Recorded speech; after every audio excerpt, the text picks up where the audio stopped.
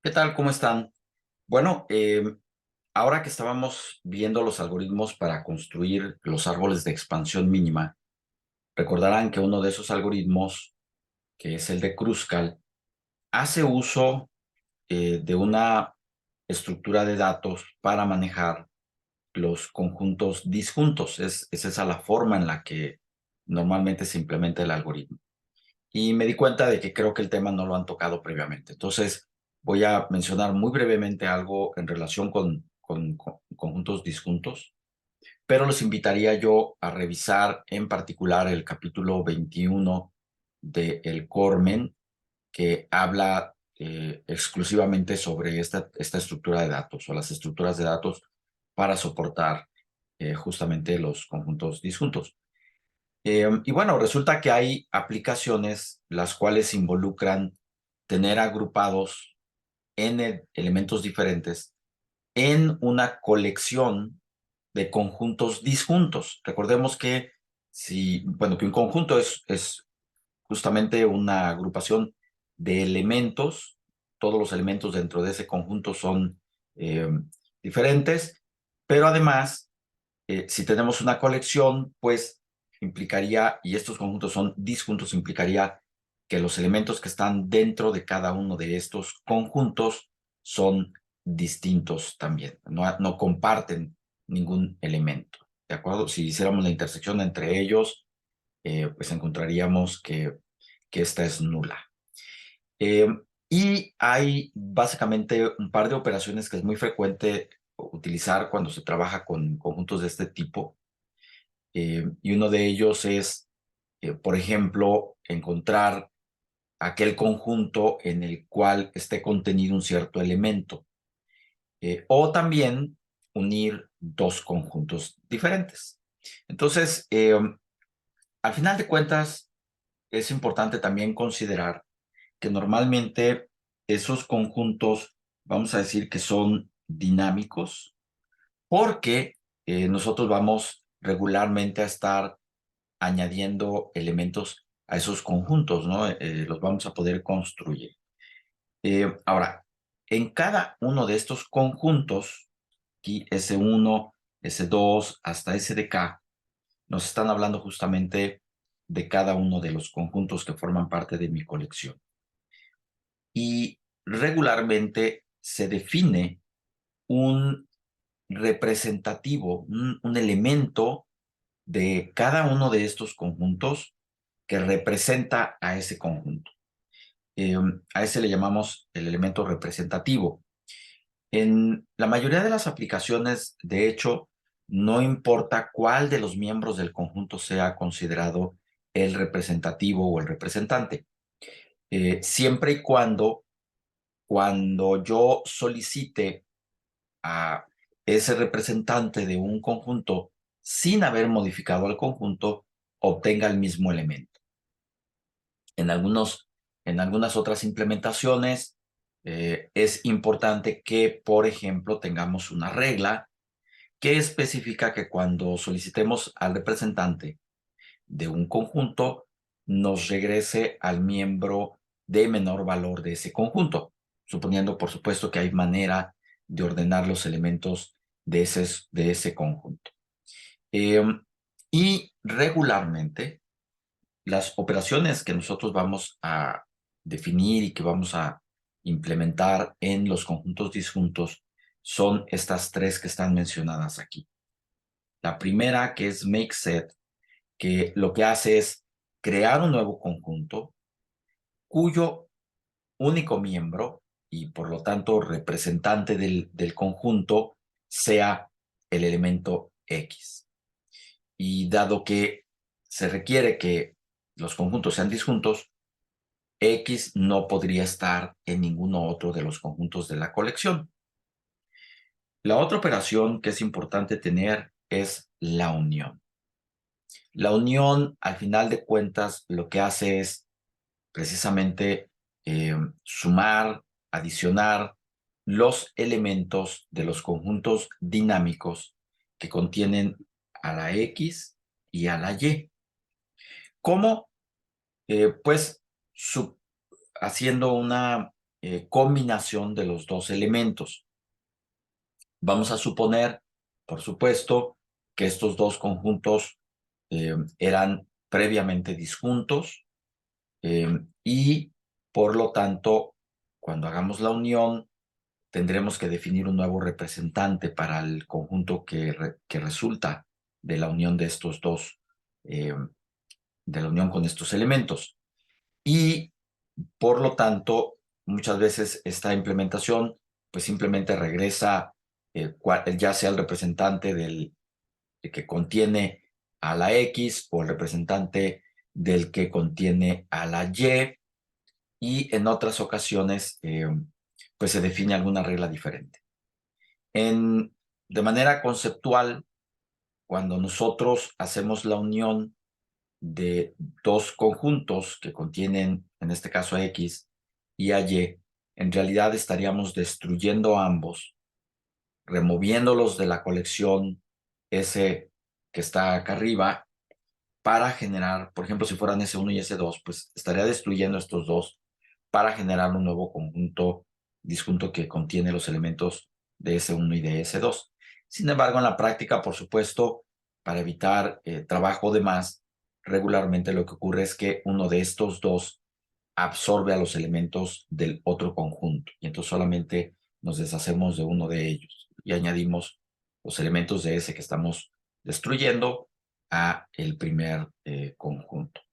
Y finalmente tenemos la operación de find set, la cual nos va a regresar el representante o un apuntador al representante de el conjunto que contiene a la X, ¿verdad? Al elemento que yo le estoy pasando como argumento. Y para ilustrar un poco cómo se utilizan estas operaciones, pues nosotros podríamos pensar en cómo construir un grafo a partir de un conjunto, una serie de conjuntos disjuntos, perdón, a partir de un grafo. Entonces, los algoritmos están aquí, pero lo voy a ilustrar más fácilmente a través de este ejemplo. Entonces, supongamos que nosotros partimos de los elementos que están listados desde la A hasta la J, y que los queremos agrupar en los conjuntos disjuntos que se observan en esta imagen que está aquí arriba, ¿verdad? Aquí podemos ver que vamos a tener estos cuatro conjuntos disjuntos. Entonces, cuando nosotros queramos hacer esto, lo primero que vamos a tener que hacer es crear los componentes conectados para cada uno de estos conjuntos disjuntos. Y esto se va a hacer con el código que ustedes pueden ver aquí en la parte superior derecha. Lo que vamos a hacer es para cada vértice que está en el grafo, ¿no?, que forma parte de la definición de mi grafo, vamos a crear un conjunto para cada vértice. Por lo tanto, en el primer paso de aplicación de este algoritmo, nosotros vamos a tener tantos conjuntos como vértices tenga mi grafo. Y luego lo que vamos a hacer es, a través de un ciclo, vamos a ir tomando los diferentes arcos, los edges, que están en mi grafo, que pertenecen al grafo, y vamos a verificar si esos elementos que estoy tomando que definen a un arco forman parte del mismo conjunto disjunto o no. Si son elementos que están en diferentes conjuntos disjuntos, entonces los puedo unir. En caso contrario, querría decir que ya están en el mismo conjunto disjunto y, por lo tanto, no puedo aplicar la unión. En la aplicación de este proceso, nosotros podemos ver aquí, por ejemplo, en este segundo paso, que voy a empezar a revisar la definición del grafo que yo tengo para esto que estaba acá arriba, ¿verdad? Y puedo ver, por ejemplo, que hay un arco entre B y D. Es este que está señalado ahora. Entonces, cuando yo tomo ese arco, verifico que find set de B es diferente del find set de V, ¿no? Que en este caso está representado la U por la B y la V está representada por la D. Entonces, como al principio están todavía en conjuntos disjuntos, son diferentes esos conjuntos y por lo tanto los puedo unir. Y eso es justamente lo que pasa aquí. En este segundo paso de la aplicación del algoritmo, se han unido ya B con D. Y este proceso va a continuar, porque yo todavía tengo más arcos aquí en la línea 3 de mi algoritmo que tengo que revisar. Entonces el siguiente, por ejemplo, sería E con G. Todavía no pertenecen al mismo conjunto, por lo tanto están separados. Aquí está la E, hasta la G. Entonces los puedo unir y eso es lo que pasa justamente aquí, ¿verdad? Entonces, ustedes pueden ver como en este tercer paso ya tengo dos conjuntos disjuntos que tienen dos elementos, los demás siguen teniendo uno. Y yo continúo con la aplicación del algoritmo. Ahora voy a analizar el caso del arco que va de A a C. Están en conjuntos disjuntos, lo puedo ver todavía en la línea previa, por lo tanto los voy a unir como aquí. Después voy a considerar el arco de H a I. Esos dos elementos están en conjuntos disjuntos, por lo tanto los vamos a unir. Luego vamos a considerar el arco de A a B, que es este de aquí. Y yo puedo observar que en el caso de la A se encuentra aquí, observen ustedes, ¿no? En el paso previo. Y la B se encuentra acá. Son dos conjuntos diferentes. Por lo tanto, los puedo unir y justamente eso es lo que va a pasar aquí. Ahora se unirán A con C y B con D para formar este nuevo conjunto disjunto que ya me está conectando estos nodos que están en la parte extrema izquierda del grafo. Luego tengo el arco que va de E a F, este de aquí. Y yo puedo observar igual que en el caso previo, que la E está en este conjunto disjunto, la F está en otro conjunto disjunto, por lo tanto yo los puedo unir, por supuesto. Y eso me va a generar este nuevo conjunto disjunto. Luego tengo el arco de B a C, que es este de aquí. Y yo puedo observar que la B se encuentra aquí, la C se encuentra aquí. Por lo tanto, en este caso, no voy a unir nada, puesto que ya se encuentran en el mismo componente conectado.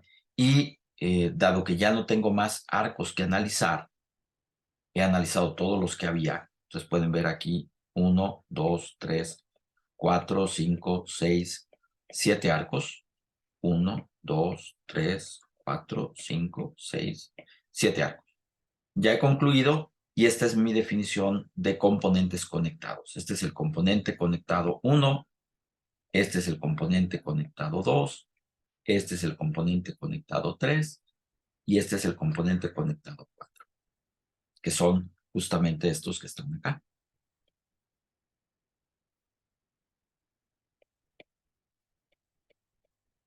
¿De acuerdo? Y bueno, con esto nosotros podríamos entender cómo puedo utilizar esta herramienta para en el caso de Kruskal, que va añadiendo los elementos a conjuntos ya existentes, puedo basarme justamente en la utilización de la noción de los conjuntos disjuntos. Y bueno, el pseudocódigo que está aquí abajo, que no lo había mencionado, que es llamado acá arriba también, simplemente define si dos elementos dados, U y V,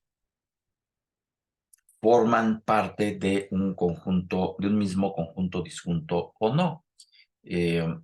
Entonces, es una verificación de membresía, digamos, de un elemento a un conjunto. Y la comparación a través de los representantes de cada uno de esos conjuntos de si están en el mismo componente conectado o no. Bueno, espero que esto les ayude un poquito en el problema que tenemos nosotros y como les decía al principio, les invito a revisar con mayor detalle la descripción que viene justamente en el capítulo 21 del libro de texto.